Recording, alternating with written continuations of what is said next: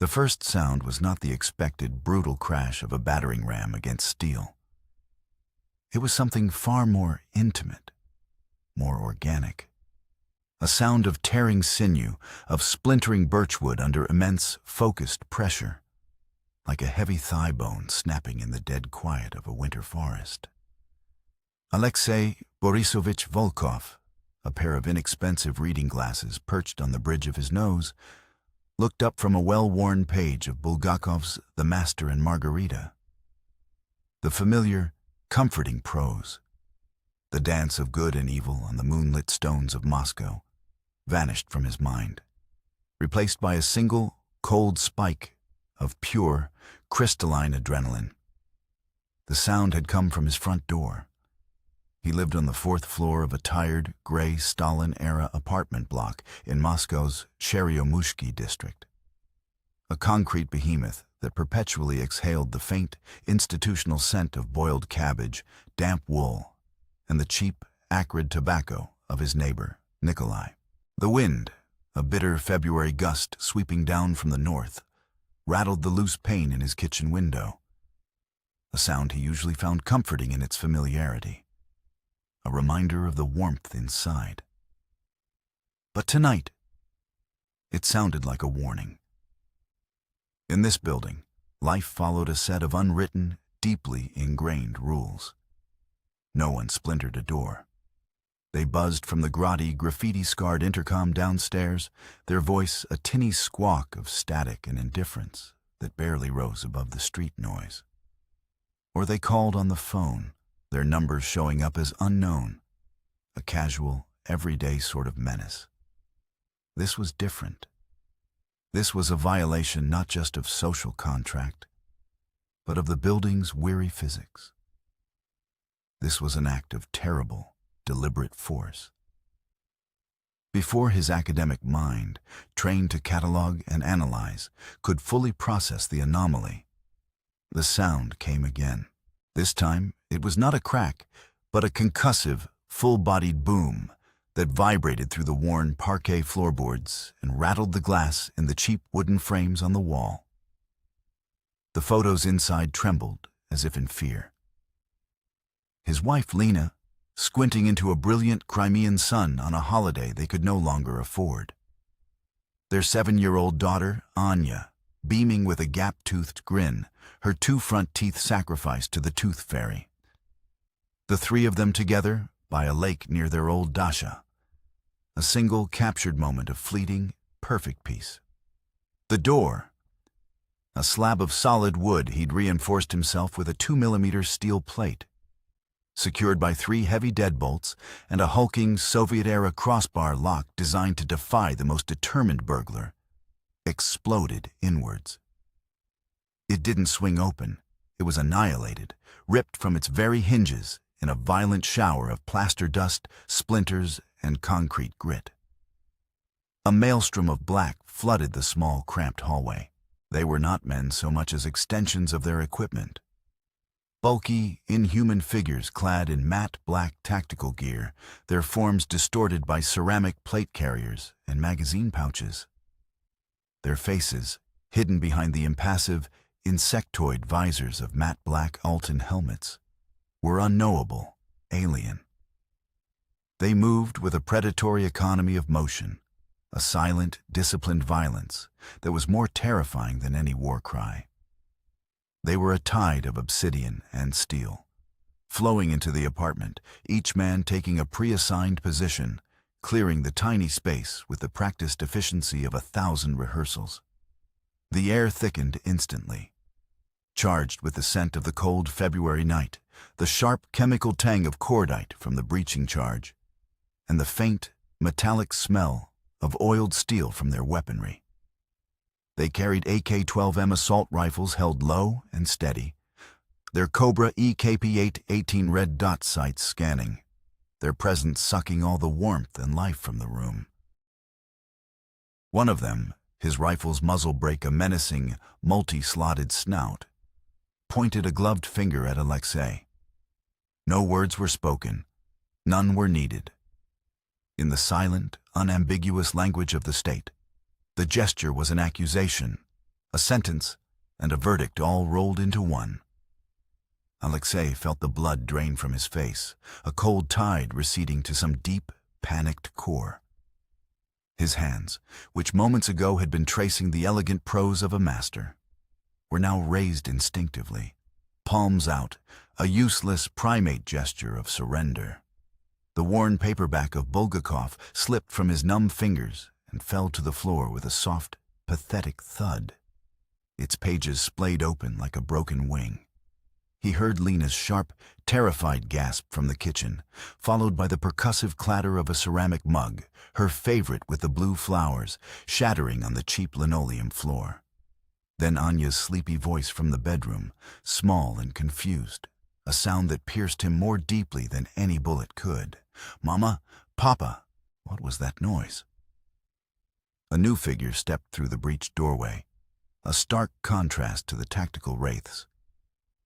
He was a man in a different, more mundane uniform, the uniform of the bureaucracy. A plainclothes officer in a cheap, ill-fitting suit of a synthetic, charcoal gray material that seemed a size too small at the shoulders and shiny at the elbows. He smelled faintly of stale papyrusy cigarettes and disappointment. He held a document aloft like a priest presenting a holy relic, a single white page that seemed to glow with malevolent authority in the dim light of the hallway. "Alexei Borisovich Volkov?" the man asked. His voice was flat, devoid of emotion, the voice of a functionary who has asked this question 1,000 times and is interested only in the answer, not the man it belongs to. Alexei could only nod, his throat a knot of dry dust, his tongue a useless swollen weight in his mouth. "Budar, by the authority of the Investigative Committee of the Russian Federation," the man intoned, his eyes scanning the paper with practiced disinterest. "We are conducting a search of these premises in connection with an investigation under Article 242.1 of the Criminal Code. Article 242.1. Alexei's mind, the mind of a former history professor, a mind that catalogued facts and dates and legal codes as a morbid hobby, a necessary survival skill in modern Russia, went blank for a crucial, horrifying second. It was a filing system in catastrophic, blue-screen failure. Then the gears turned, the tumblers fell, and the fact clicked into place with the sickening finality of a prison door slamming shut. Production and illegal distribution of pornographic materials or items involving minors. Child pornography. A wave of nausea, hot and acidic, rose from the pit of his stomach. His vision swam, the black-clad figures, the man in the cheap suit, the ruined doorway. It all blurred into an absurd, nightmarish tableau from a forgotten Goya painting. It was impossible. It was a joke in the blackest of tastes. But the men with the assault rifles in his apartment, their fingers resting lightly on the triggers, their red dot sights painting invisible circles on his chest, were not laughing. 5 kilometers away, in a sterile, windowless room bathed in the cold blue light of a dozen monitors, Major Viktor Orlov of the Federal Security Service watched the world end. He saw it all, a silent, dispassionate God observing his creation from on high. The birchwood door splintering into 1,000 pieces, the target's pale, confused face illuminated by the hallway light, the wife's frozen terror in the doorway of the kitchen. He saw it through the 4K pinhole camera concealed in the plainclothes officer's tie clip, a marvel of miniaturization from Department K. He saw it through the helmet cams of 2 of the Oman Special Police troops, their feeds stable and clear. He heard it all through the high-fidelity audio feeds that captured every terrified gasp, every rustle of clothing, every splintering floorboard.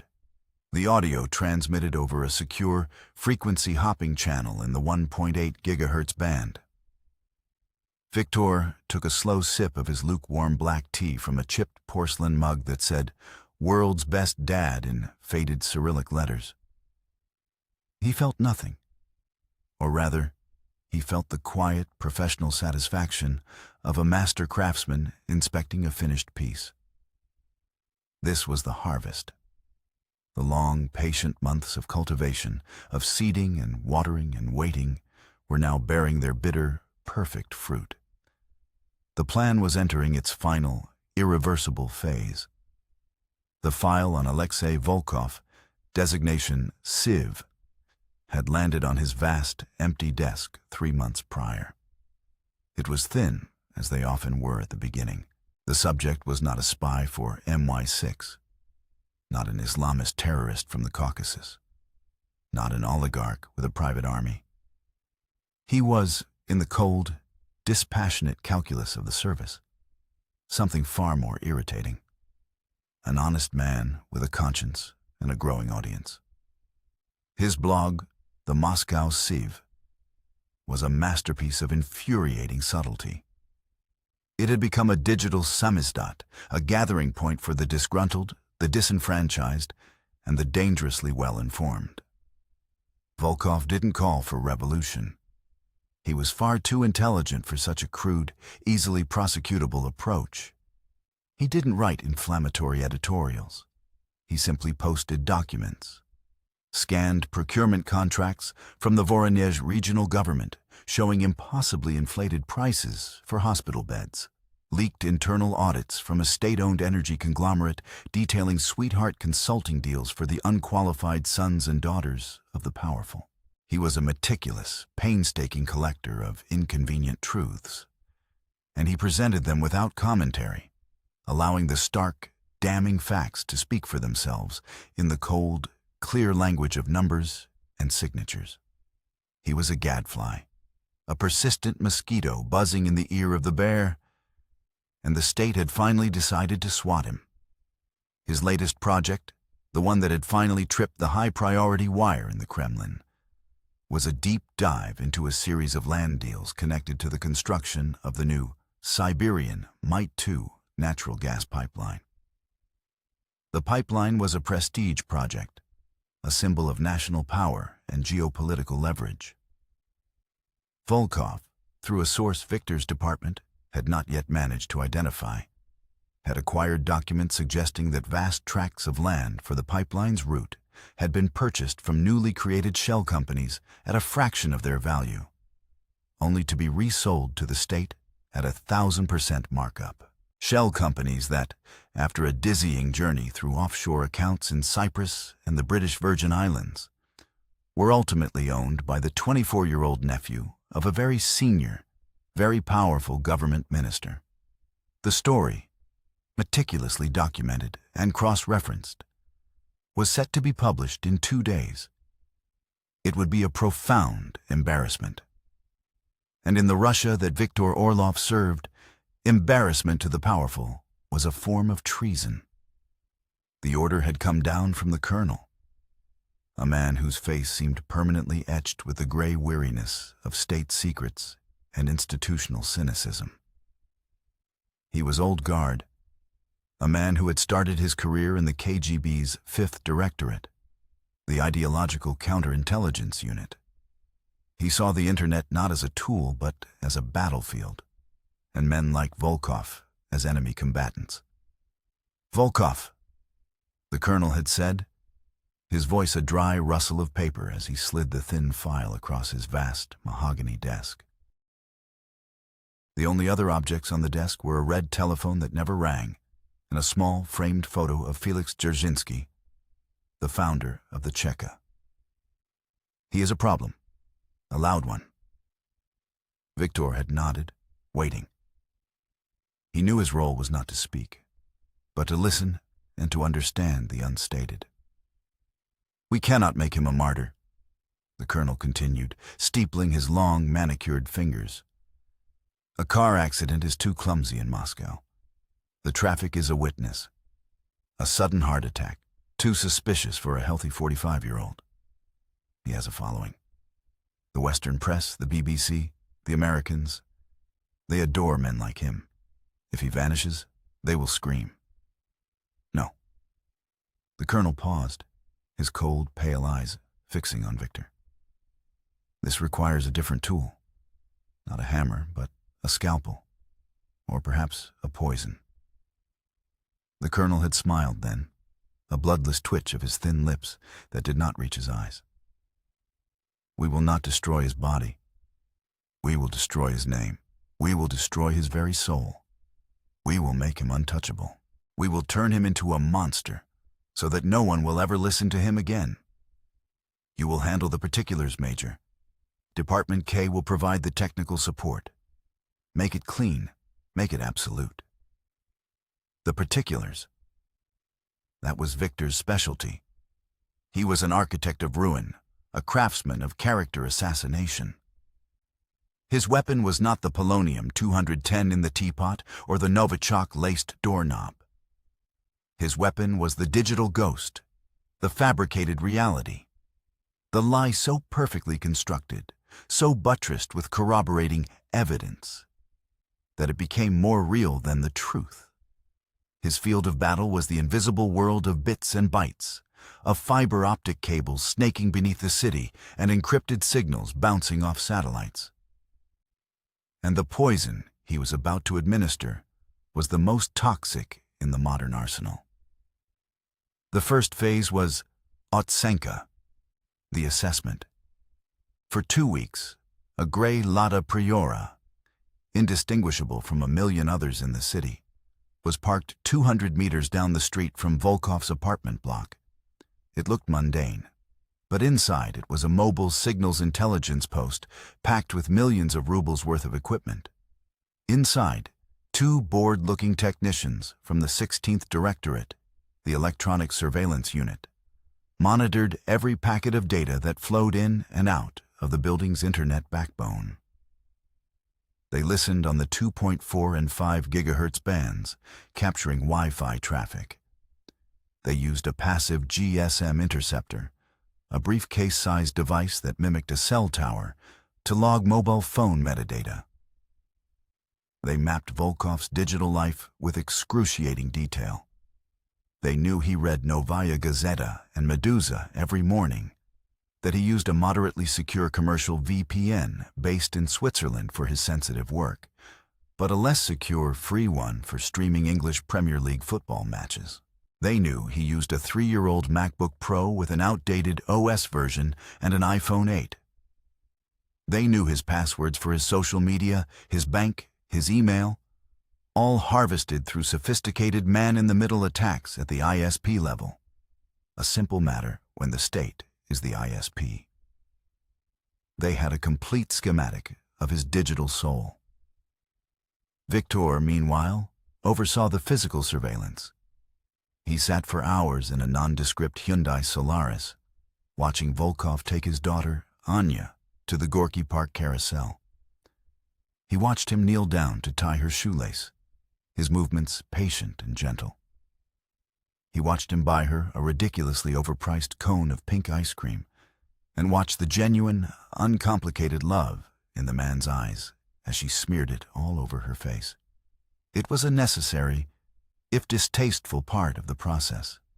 To build the perfect trap, you had to understand the animal you were hunting. You had to know its habits, its routines, its weaknesses. Volkov's weakness, Victor noted with cold irony, was his meticulous, predictable nature.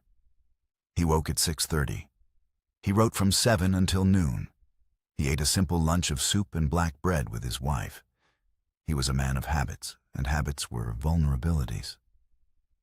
The core of the mission, the infiltratsia, fell to a man named Sergei, a prodigy poached from a cybersecurity firm who the department simply called the Rat. Sergei was a pale, twitchy 20-something who seemed to subsist entirely on fluorescent green energy drinks and nicotine gum, his fingers in constant, frenetic motion over a keyboard.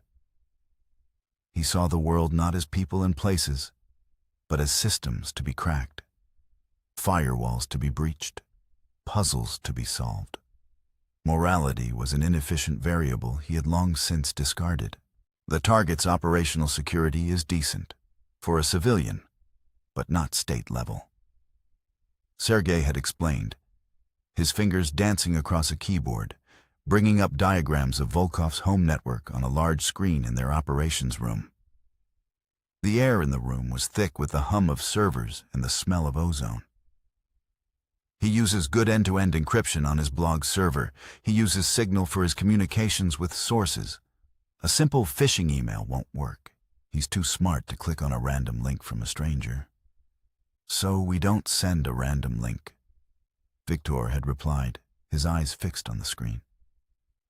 Exactly. Sergei grinned, a flash of metallic braces.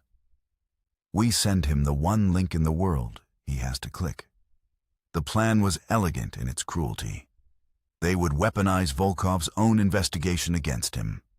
Victor's team had identified one of Volkov's primary sources for the pipeline story, a mid-level accountant at the energy company named Pavel Morozov.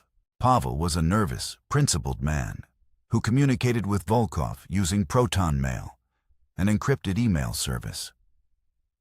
The FSB had no access to the content of those emails, but they controlled the infrastructure they traveled over. They couldn't read the messages, but their systems at the national internet exchange points logged the metadata.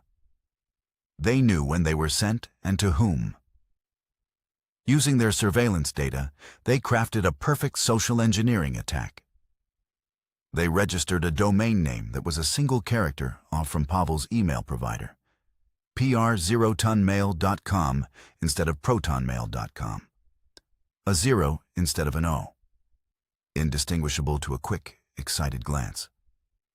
Then, Sergei's team cloned the provider's login page, pixel for perfect pixel. The trap was laid. The next step required the patience of a sniper.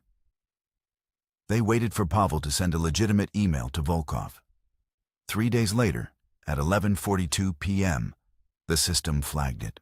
The moment the encrypted packet left Pavel's computer, Sergei's program intercepted it at the ISP level.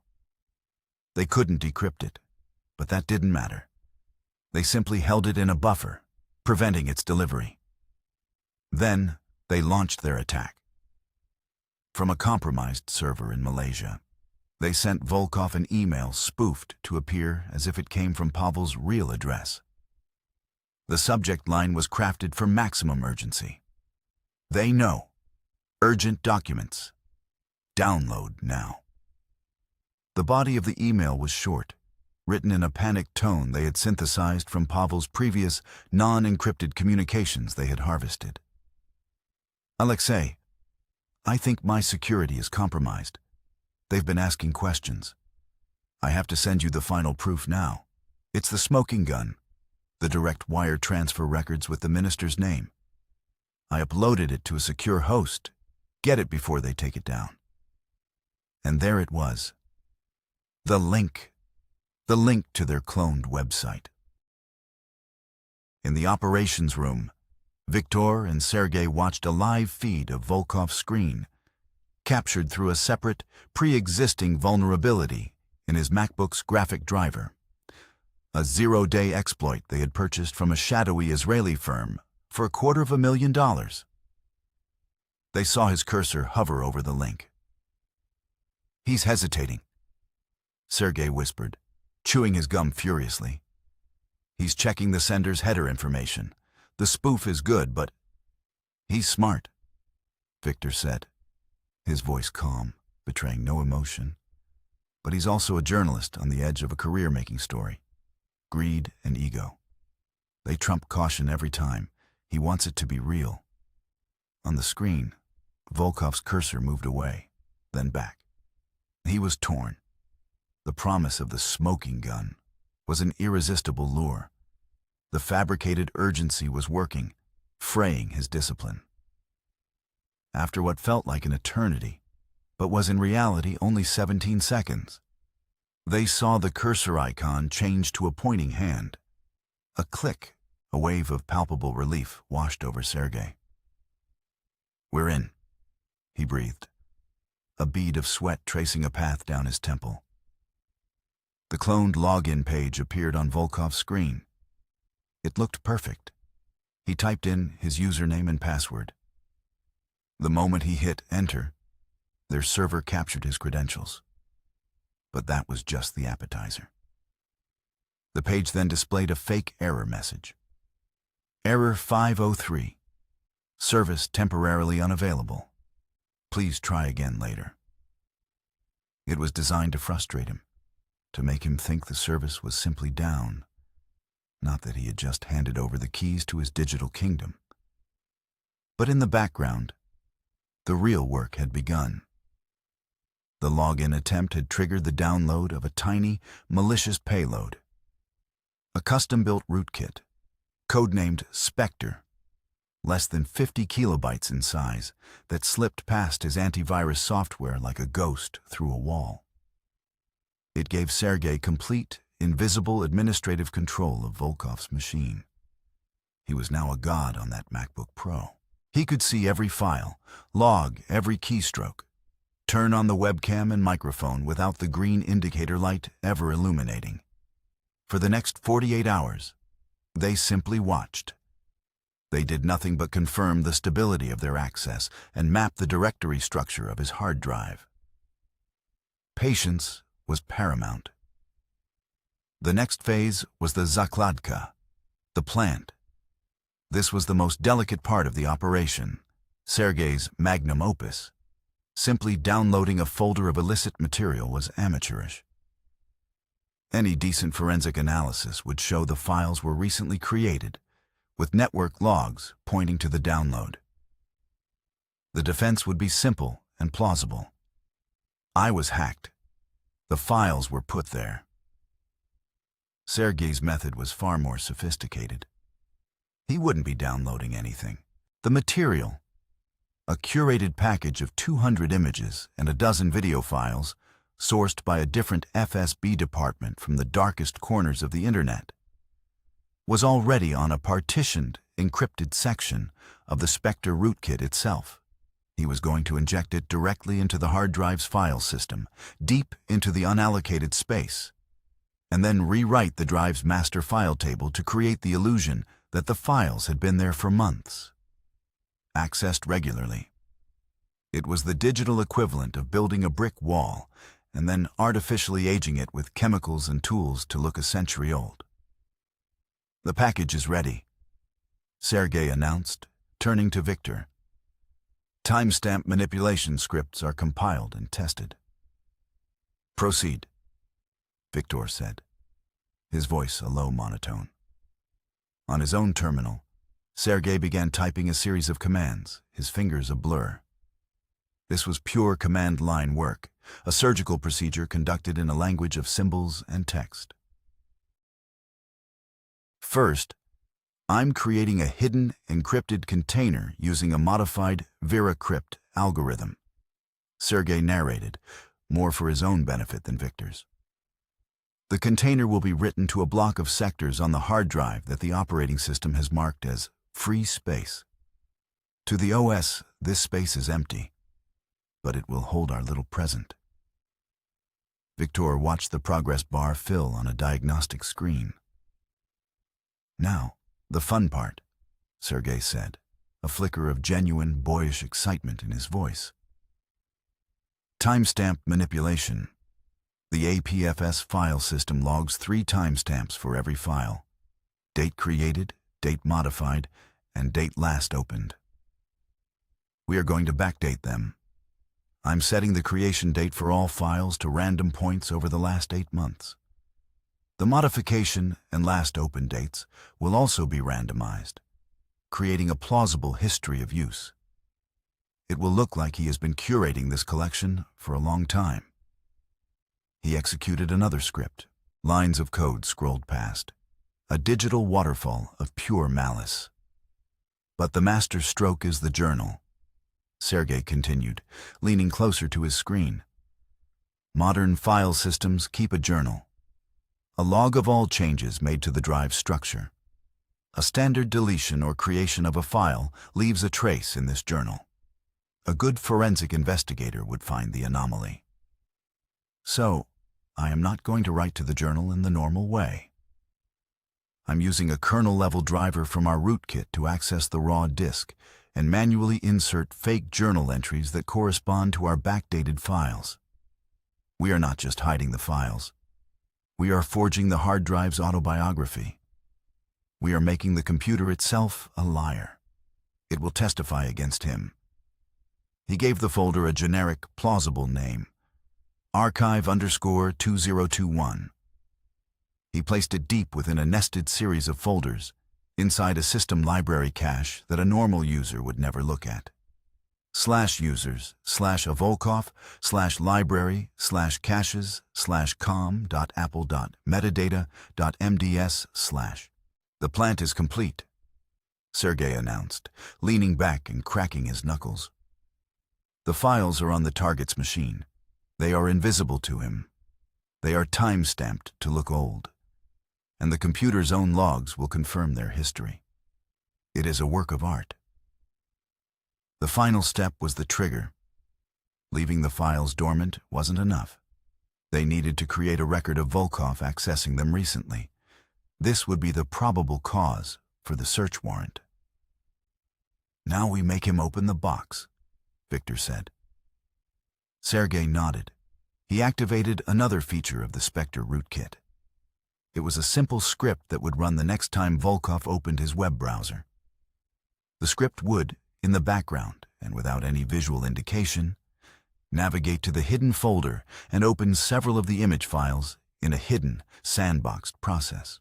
The files would not appear on the screen, but the file system would register that they had been accessed by the user's active profile, updating their last opened timestamp to the present moment. They waited. An hour later, Volkov's screen flickered to life. He opened his browser to check a news site. The script executed in less than a second. Done, Sergei said, pointing to a log file on his own monitor.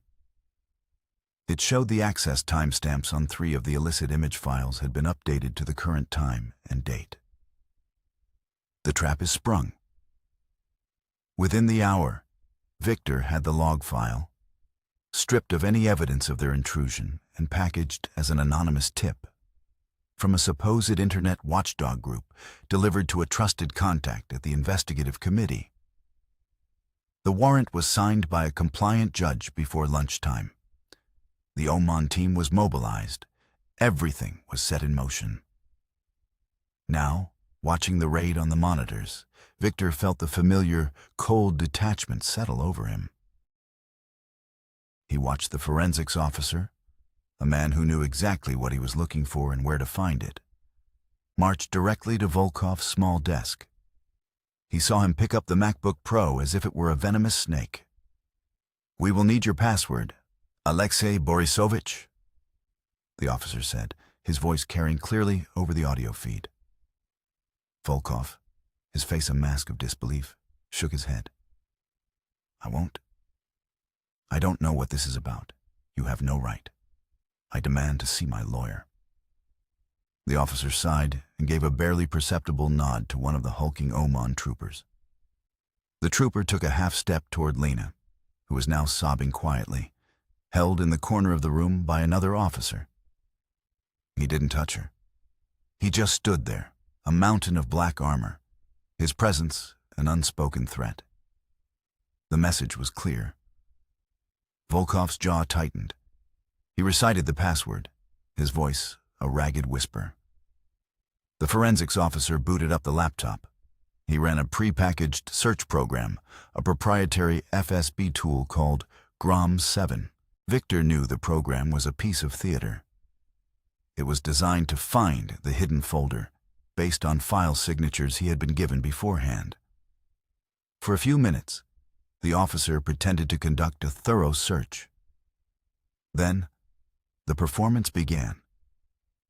"Wait," the officer said, his voice filled with feigned gravity. "What is this?" He clicked through the nested folders. He opened archive_2021. The screen on Victor's monitor piped directly from the officer's body cam, filled with a horrific, pixelated image of a child. A collective theatrical gasp went through the room. One of the Oman troopers muttered a curse. The plainclothes officer stared at Volkov with manufactured disgust. "Alexei Borisovich Volkov," he said, his voice now dripping with contempt. "You are under arrest." Victor watched Volkov's face on the high-definition screen. He saw the precise moment the man understood. It wasn't a gradual dawning. It was a sudden, violent realization. A physical blow. The blood drained from his face, leaving it a waxy gray color. His eyes, wide with a horror that went beyond the fear of prison, darted from the laptop screen to the faces of the officers, to his wife. He opened his mouth, but no sound came out. He knew, in that instant, that the truth did not matter. He knew that he was already gone, already buried under the weight of an accusation from which there is no acquittal. His reputation, his life's work, his very identity, had been erased and replaced with a single, indelible word that now hung in the air. Monster. "No," Volkov finally choked out, the word small and pathetic against the crushing weight of the state. "No, it's not mine. I've never seen it before in my life. It's a plant. They put it there." The officer chuckled, a dry, dismissive sound. "That's what they all say." He was cuffed, his hands wrenched behind his back with practiced brutality. As they led him out of the apartment, past the shattered frame of his front door, his eyes met Lena's. Victor zoomed in on the feed from the officer's tie cam, capturing the look on her face. It was a complex, terrible collage of emotions. Fear, love, confusion, and in the deepest corners of her eyes, the first faint flicker of a new and horrifying emotion. Doubt. That was the poison at work. It didn't just infect the target, it infected everyone he had ever known. It spread, it corroded, it destroyed everything it touched. The feed cut out as they entered the stairwell. The screens went dark, one by one, leaving only the soft hum of the servers. The operation was over. Sergei was already shutting down his systems, wiping the logs from the Malaysian server, running a sanitizing protocol that would erase every trace of their digital footprints. In an hour, it would be as if they had never been there at all. The only evidence left would be the files on Volkov's computer and the wreckage of his life. Victor stood up and stretched, the joints in his back popping in the silent room. He walked over to the small kitchenette and poured the rest of his cold tea into the sink. Another job done. Clean, absolute. The pipeline story would never be published. Volkov would be bogged down in the legal system for years. By the time he ever saw the light of day, his name would be synonymous with filth. No one would ever trust a word he said again. The colonel would be pleased. He returned to his console to sign off on the final report. As the system closed the case file, it flashed the last captured image from Volkov's desktop on the screen for a moment. A standard procedure archiving the target's last known user state. It was Volkov's desktop